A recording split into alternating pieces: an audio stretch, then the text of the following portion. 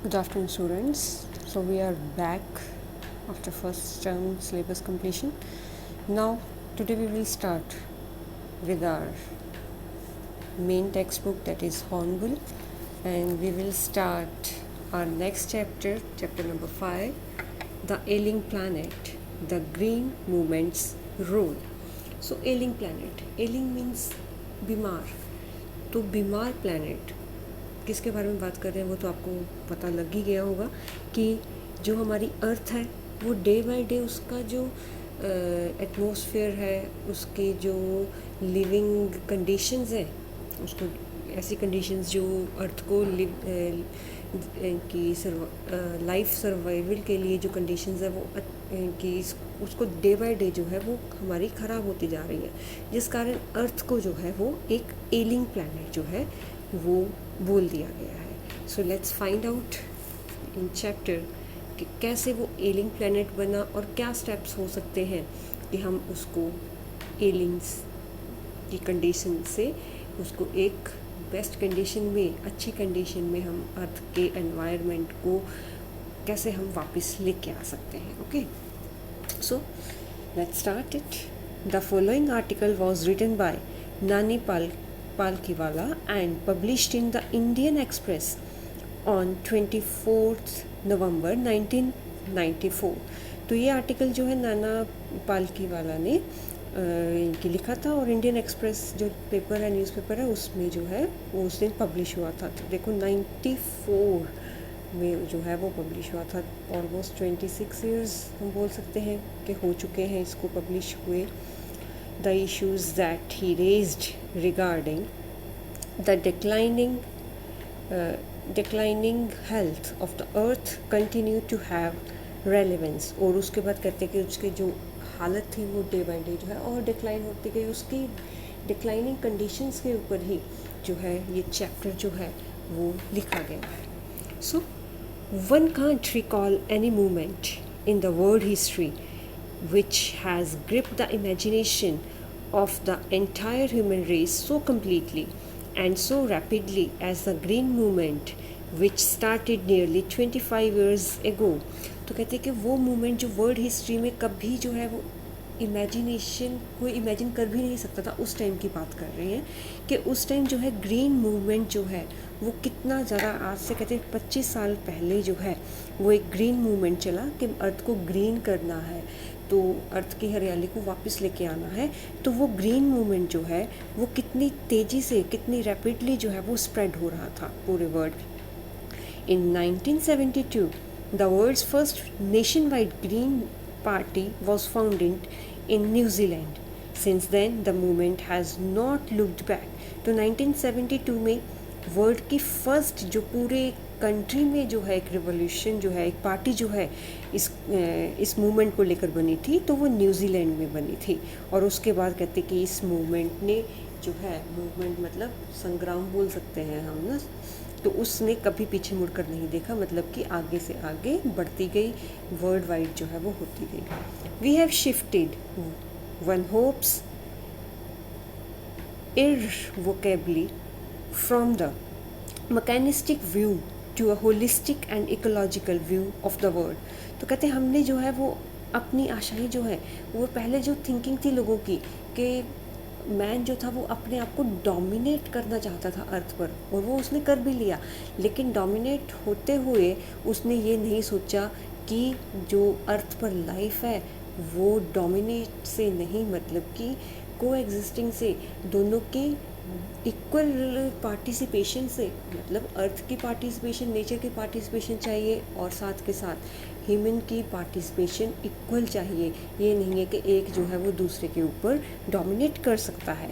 तो उसको mechanistic view, ठीक है ना, तो वो मैकेनिस्टिक व्यू से जो है वो holistic and ecological view of the world, कि कैसे हम अर्थ को जो है इकोलॉजिकली हम देखना शुरू किया कि हमारा जो है अर्थ को हम कैसे जो है वो ख़राब होने से बचा सकते हैं, उसका एनवायरनमेंट जो उस पर लाइफ है उसको हम कैसे बचा सकते हैं. तो इस व्यू के साथ जो है वो सभी की थिंकिंग जो है वो धीरे धीरे बदलनी शुरू हुई.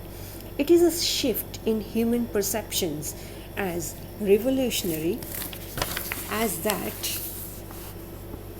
introduced by Copernicus, who taught mankind in the 16th century that the earth and the other planets revolved around the sun.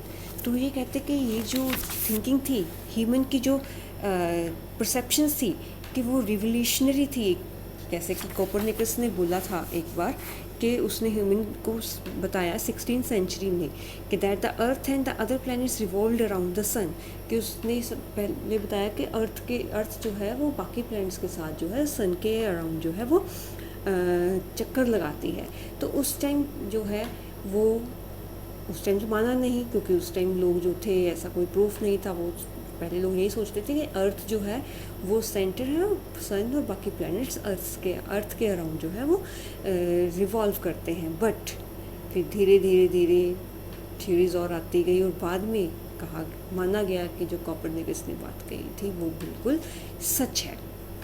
So for the first time in human history, there is a growing worldwide consciousness that the earth itself is a living organism, an enormous being of which we are parts.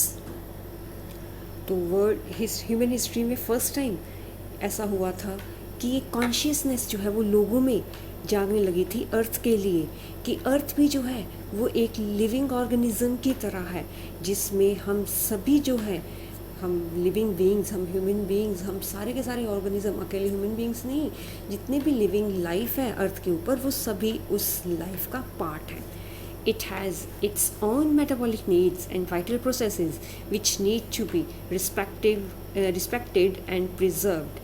तो इसकी खुद की metabolic needs हैं और साथ के साथ इसके भी, जैसे हम हमारे बॉडी के अंदर कई सारी मेटाबॉलिक प्रोसेसेस चलते हैं, हमारे भी खुद की कुछ नीड्स हैं, बेसिक नीड्स हैं. तो ऐसे ही जो है वो अर्थ के भी मेटाबॉलिक नीड्स हैं, उसके भी वाइटल प्रोसेसेस हैं, उसके भी लाइफ में, उसके भी बॉडी के अंदर कुछ ना कुछ कहीं ना कहीं जो है वो कई सारे प्रोसेसेस हैं, और वो उसको रिस्पेक्ट भी हमें करना चाहिए और साथ के साथ उसे प्रिजर्व भी, मतलब कि बचाना भी चाहिए. The earth's vital signs reveal a patient in declining health. तो अर्थ के जो अब साइंस जो उसके देखा कि उसकी कंडीशन देखी, उसकी कंडीशन से पता चला कि अर्थ की जो कंडीशन है, उस अर्थ की जो हेल्थ है वो एक पेशेंट की तरह जो है उसकी हालत जो है वो डिक्लाइन जो है वो दिन पर दिन ख़राब होती जा रही है.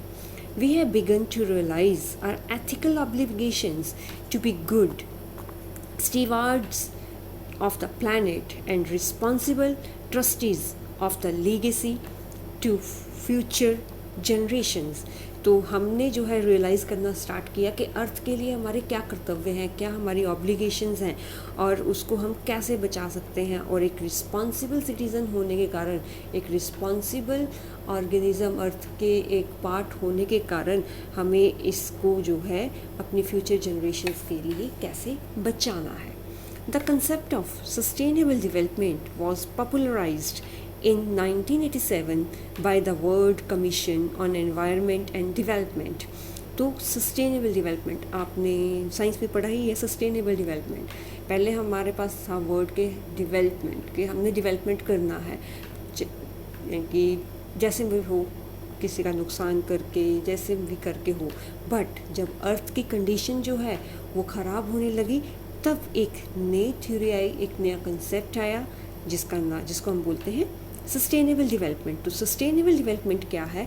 ऐसा डेवलपमेंट कि जिसमें हमारी प्रोग्रेस भी हो, डेवलपमेंट भी हम करें, बट अर्थ के एनवायरनमेंट में अर्थ की कंडीशन के साथ हमें कॉम्प्रोमाइज़ नहीं करना है, उसके लिए वो ख़राब नहीं होना चाहिए. तो वो डेवलपमेंट जो है वो हमारे पास क्या आ जाता है, सस्टेनेबल डेवलपमेंट. मतलब कि डेवलपमेंट के साथ साथ हमें एनवायरनमेंट और अर्थ को भी ध्यान में रखना है.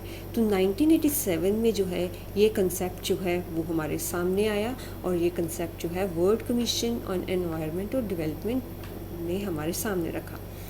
In its report it defines the idea as development that meets the needs of present. तो इस रिपोर्ट के अकॉर्डिंग क्या था कि डेवलपमेंट जो हमारे प्रेजेंट की नीड को ध्यान में रखें, हमारी ज़रूरतों को ध्यान में रखें, वो डेवलपमेंट होना चाहिए. But without compromising the ability of future generations to meet their needs, लेकिन बिना किसी कॉम्प्रोमाइज़ के कि फ्यूचर की जनरेशन्स की जो नीड्स हैं उनको जो है हम कॉम्प्रोमाइज़ नहीं करेंगे, उनके बारे में भी हमें सोचना पड़ेगा. तो उसके लिए हमें अर्थ के बारे में सोचना पड़ेगा, अर्थ की कंडीशंस को सुधारना पड़ेगा. तो वही जो है वो हमारा सस्टेनेबल डेवलपमेंट हो गया. So that is without stripping the natural world of resources future generations would need. तो बिना natural world without stripping the natural world of resources के हमारे जो रिसोर्सेज के नेचुरल वर्ल्ड है, फ्यूचर जनरेशन की नीड्स को ध्यान में रखते हुए उसको बिना छेड़े, उसको बिना ख़राब किए हमें अपना डेवलपमेंट करना है. In the zoo at Lusaka, Zambia, there is a cage where the notice reads. तो लुसाका ज़ैम्बिया में जो है एक ज़ू है, वहाँ पर एक केज था, पिंजरा था, उसमें एक नोटिस लिखा था the world's most dangerous animal. उस नोटिस पर लिखा हुआ था कि दुनिया का सबसे डेंजरस एनिमल. और वो डेंजरस एनिमल कौन था? Inside the cage there is no animal but a mirror where you see yourself.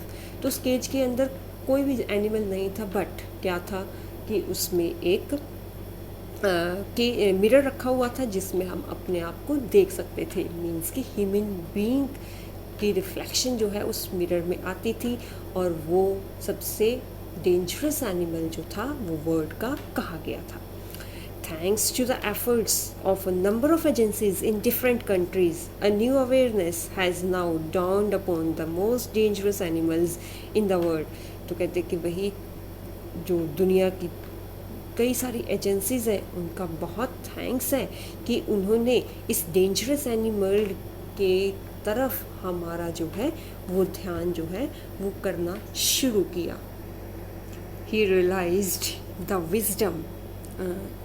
has realized the wisdom of shifting from a system based on domination to one based on partnership. तो जो जैसे मैंने starting में कहा था कि तब जो है ह्यूमन बीइंग ने रियलाइज़ किया कि जो हमारी थिंकिंग थी डोमिनेट होने की अर्थ के ऊपर, नेचर के ऊपर, तो वो आइडिया से हम जो है वो एक दूसरे आइडिया पर शिफ्ट हुए.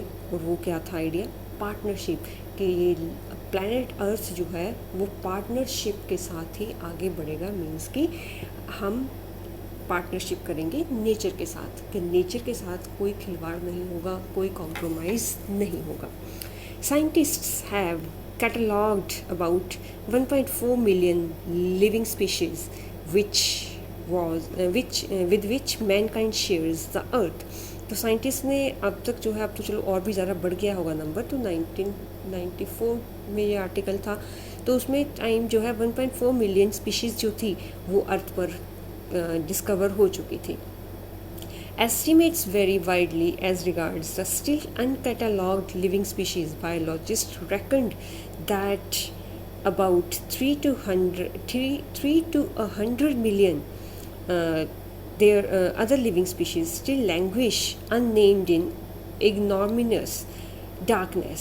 तो एस्टिमेट्स जो है वो चेंज हो सकते हैं, क्योंकि अभी भी कई सारे लिविंग स्पीशीज़, मतलब कि 3 मिलियन से लेकर 100 मिलियन तक स्पीशीज़ जो है वो लैंग्वेज मतलब कि जो अभी जिनका अभी तक हमें पता ही नहीं है, वो जो है अननेम्ड है, जिनका कोई नाम अभी तक दिया ही नहीं है. इग्निमियस डार्कनेस के वो जो है अभी जो है कि एक ऐसी जगह पर जो है वो छिपे बैठे हैं जहाँ पर उनको निकाला नहीं है, क्योंकि ये सारी स्पीशीज़ जो है वो डे बाई डे अलग अलग डिस्कवरीज के थ्रू जो है वो सामने आती हैं. सो one of the early international commissions which dealt inter alia with the question of ecology and environment was the Brundage Commission, which had a distinguished Indian as one of its members, Mr. L.K. Jha. तो एक international commission जो है वो हुई inter Alia with the question of ecology. तो उस time ecology और environment के ऊपर जो है एक ब्रांडेड कमीशन ने एक क्वेश्चन रखा, तो which had a distinguished Indian as one of the member. तो उस कमेटी में एक हमारे इंडियन मेंबर भी थे, मिस्टर L.K. झा.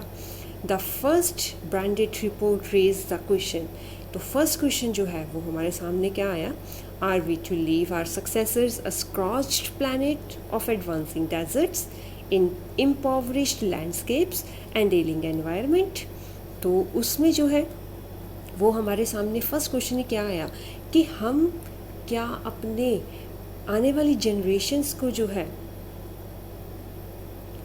आने वाली जनरेशन्स को क्या हम,